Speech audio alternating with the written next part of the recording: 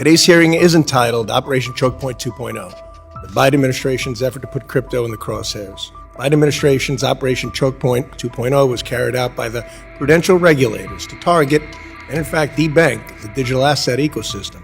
This is a serious abuse of regulatory power. Unfortunately, you would be wrong to assume this is the first attempt to debank an entire industry.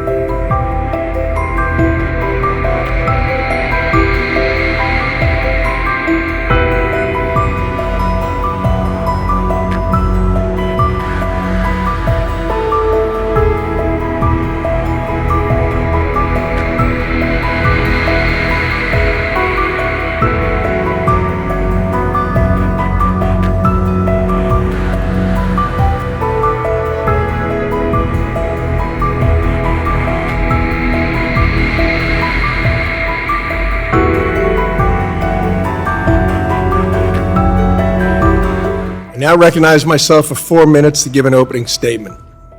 Today's hearing is entitled Operation Choke Point 2.0, the Biden administration's effort to put crypto in the crosshairs. I'd like to thank the witnesses very much for appearing before the committee today to share their experience, their great experience and expertise on this issue. Biden administration's Operation Choke Point 2.0 was carried out by the prudential regulators to target and, in fact, debank the digital asset ecosystem.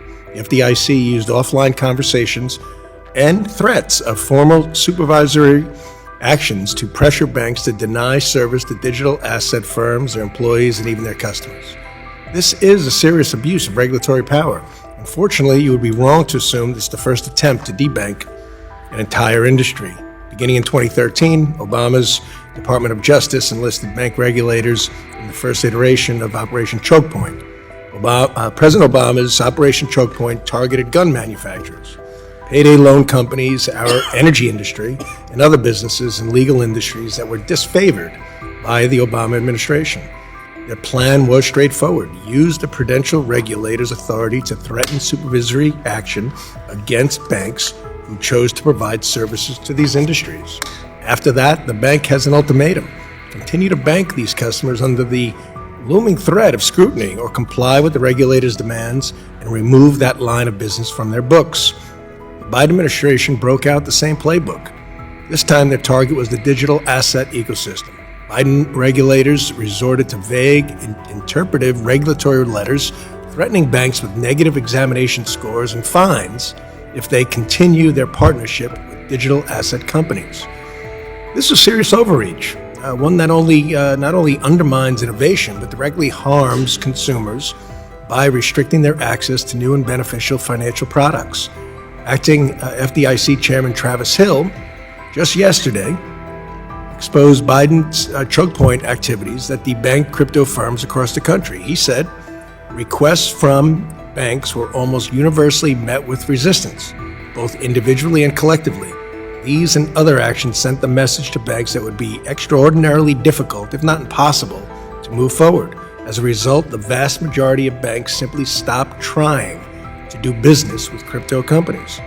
However, the FDIC promised to correct course moving forward, and I will continue to conduct oversight on their progress. We will continue to conduct oversight on their progress and determine legislative solutions, very much solutions to emphasize, to make sure this does not happen again. Access to capital and banking services are critical to the success of American businesses, and that's why I am looking forward to hearing from our witnesses today about how the regulators have been carrying this out and to discuss solutions to make sure it stops. The free market thrives when innovation is allowed to flourish. Regulators have a duty to protect our financial system, but not at the expense of legitimate businesses like energy and crypto companies.